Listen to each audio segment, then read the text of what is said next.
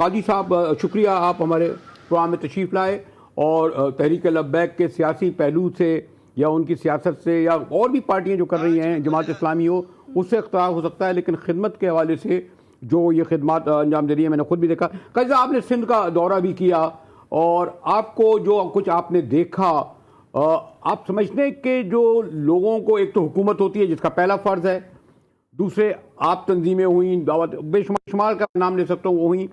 تو وہ ان لوگوں تک میں پھر زور دوں گا سامان کس حد تک پہنچ رہا ہے؟ کیونکہ 2-3 دن پہلے میں بھی ٹنڈو الار گیا، ٹنڈو جام گیا، حیدرآباد کے اطراف علاقے دیکھے۔ جی یا صاحب قاضی صاحب۔ جی السلام علیکم ورحمۃ اللہ وبرکاتہ۔ الصلاۃ والسلام علیکہ یا سیدی یا رسول اللہ وعلی آلک و اصحابک یا خاتم النبیین لبیک یا رسول اللہ صلی اللہ تعالیٰ علیہ وسلم۔ جناب محترم مجاہد بریلوی صاحب، سب سے پہلے تو میں آپ کو سندھ کی مظلوم عوام کی جو آواز بننے پر ہے دل کی گہرائیوں سے آپ کو اور آپ کی پوری ٹیم کو اور جی ٹی وی کو مبارکباد پیش کرتا ہوں۔ اللہ تعالیٰ آپ کو اس کا اجر عظیم عطا فرمائے۔ بریلوی صاحب، سب سے پہلے تو میں یہ عرض کرنا چاہوں گا کہ الحمدللہ تحریک لبیک پاکستان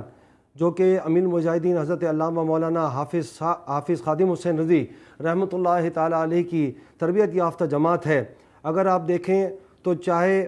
وہ ختم نبوت و ناموس رسالت صلی اللہ علیہ وسلم کا میدان ہو اور اس پر پہرا دینا ہو تو وہاں پر، اور اس کے علاوہ چاہے عوام کی سیاسی ترجمانی، عوام کے مسائل کی ترجمانی کرنی ہو تو ہماری جو ایم پی اے کی جو 3 سیٹیں ہیں سندھ اسمبلی میں، صرف 3 سیٹیں ہونے کے باوجود اس کی ترجمانی کرتے ہوئے، اور اس کے بعد اگر آپ آ جائیں تو عوام کی عام ویلفیئر کی خدمات کرتے ہوئے، اور خصوصاً ان حالات میں جس کے لیے آپ نے خصوصاً یہ پروگرام مرتب کیا ہے، تو ان حالات کے اندر بھی اگر آپ دیکھیں اس وقت پورے پاکستان میں جو سیلاب اور بارش کی تباہ کاریاں ہیں، اس کے حوالے سے حضرت علامہ مولانا حافظ سعد حسین رضوی جو ہمارے قائد محترم ہیں، وہ سب سے پہلے ان کی قیادت میں تحریک لبیک پاکستان میدان عمل میں اتری ہے، اور خصوصاً جب آپ بلوچستان میں دیکھیں قاضی صاحب آپ مجھے اگر اجازت دیں، جی کل میں نے اپنے جو سیلانی کے ہمارے میرے محترم دوست آئے تھے جنہوں نے کھانے کے حوالے سے کیا تھا، میں نے کچھ ان کو خاص طور پر کہا تھا کہ میں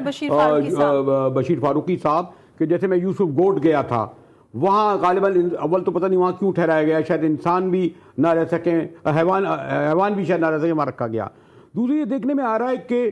یہ جو متاثرین ہیں انہیں شاید جو آپ کا طریقہ کار ہے، یہی میں نے دیکھا کہ جب واپس آ رہا تھا میں ٹنڈو الار سے ٹنڈو جام سے حیدرآباد، لبے سڑک سینکڑوں خاندان بیٹھے گئے تھے۔ اول تو یہ کہ انتظامیہ کو یہ دیکھنا چاہیے، اگر یہ اس طریقے سے جو گاڑیاں گزر رہی ہیں یہ دکھا رہے ہیں کہ کچھ نہیں ہو رہا، ایک تھوڑی نفسیاتی مسئلہ بھی ہے، کچھ نہیں ملا، تو اس سے یہ تمام حکومت کر رہی ہے، عوام ادارے کر رہے ہیں۔ جب میں کیمرہ لے کے جاؤں گا سڑک کے کنارے خاندان کو بیٹھے دیکھوں گا، اور جب وہ یہ کہہ رہے ہیں کہ ہمارے پاس کچھ نہیں ملا، اور ان کا پلنگ دیکھوں گا، ان کے